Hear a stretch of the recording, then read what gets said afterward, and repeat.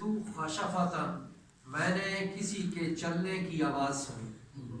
فقلت من ھذا، میں نے پوچھا کہ یہ کون؟ تو بتایا کہ ھذہ الغمیصہ بنت ملحان ام انس بن مالک، یہ ہے غمیصہ ملحان کی بیٹی، حضرت انس بن مالک کی والدہ. حضرت انس بن مالک کی والدہ مجھے بتایا کہ یہ وہ ہے.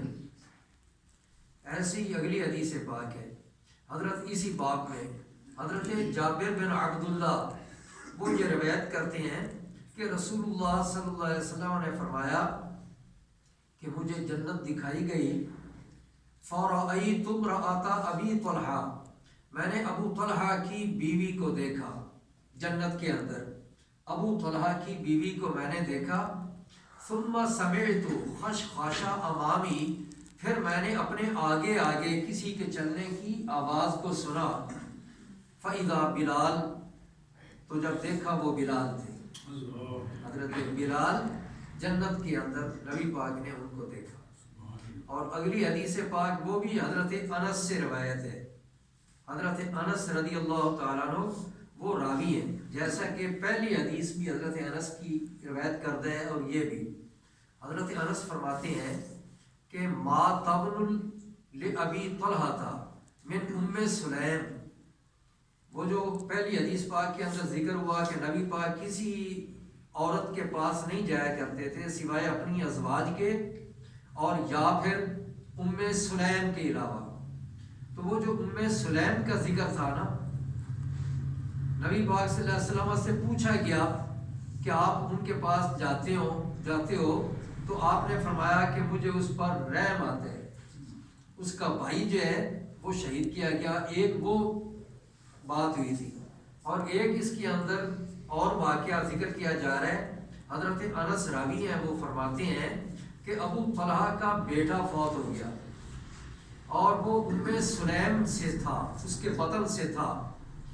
حضرت ابو طلحہ اور ان کی زوجہ ام سلیم اور ابو طلحہ کا بیٹا وہ ام سلیم کے بطن سے تھا، وہ فوت ہو گیا. فقالت لأہلہا، تو حضرت ام سلیم نے اپنے گھر والوں کو یہ کہا کہ لا تحدثوا ابا طلحہ بابنہ، کہ ابو طلحہ جب گھر آئے تو اس کے بیٹے کے بارے اسے کوئی نہ بتائے کہ بیٹا فوت ہو گیا، کوئی نہ بتائے. حتی اکون انا احدثہ، حتیٰ کہ میں خود اسے بتاؤں گی. باقیوں کو منع کر دیا. وہ جب آئے فجاء، گھر آئے تو فقربت الیہ عشاء، انہوں نے ان کے قریب کر دیا رات کا کھانا. کھانا تیار تھا، وہ کھانا پیش کیا.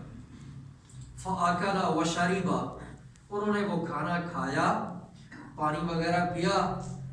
قال، اس کے بعد راوی کہتے ہیں کہ ثم تصنعت له احسن ما كان تصنع قبل ذلك، کہ انہوں نے حضرت ام سلیم نے ان کے لیے کھانا جو تیار کیا نا وہ اس سے کہیں زیادہ بہتر تھا جو پہلے کھانا دیا کرتی تھی. اچھی طرح اچھا کھانا دیا ان کو. اور پھر اس کے بعد انہوں نے صحبت بھی کر لی رات. فلما رات، جب انہوں نے یہ دیکھا کہ اب یہ سیر بھی ہو گئے اور صحبت بھی کی ہے اور اب کوئی وہ ایسی بات نہیں کہ پریشانی والی، تو اس وقت یہ بات کی اس انداز میں. انہوں نے کہا، ام سلیم نے کہا، اے ابو طلحہ، یا ابا طلحہ، تو یہ بتائے، آپ یہ بتائیں، ارأیت لو ان قوما اعادوا عاریتہم اہل بیت، کہ اگر کچھ لوگ وہ کسی گھر والے کو کوئی شے عاریتاً دے دے کچھ دیر کے لیے کہ یہ چیز عاریتاً میں دے رہا ہوں، اور پھر فطلبوا عاریتہم، کچھ وقت کے بعد وہی لوگ جس گھر والوں کو انہوں نے کوئی چیز دی ہے عاریتاً وہ طلب کریں، کہیں کہ اب وہ مجھے واپس کریں، تو اَلَهُمْ أَن يَمْنَعُوهُمْ، کیا ان کا حق ہے کہ وہ ان کو نہ دیں، روک لیں؟ تو جواب دیا حضرت ابو طلحہ نے کہ لا، نہیں، کوئی حق نہیں ہے روکنے کا۔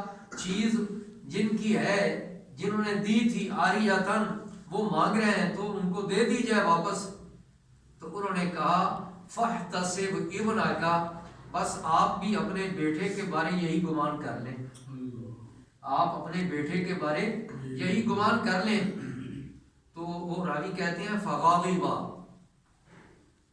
کہ وہ غضبناک ہو گئے، غصے میں آ گئے، اور کہا کہ تو نے مجھے بتایا ہی نہیں، حتیٰ کہ میں یہ صحبت بھی کر چکا اور پھر اس کے بعد میرے بیٹے کے بارے خبر دی ہے۔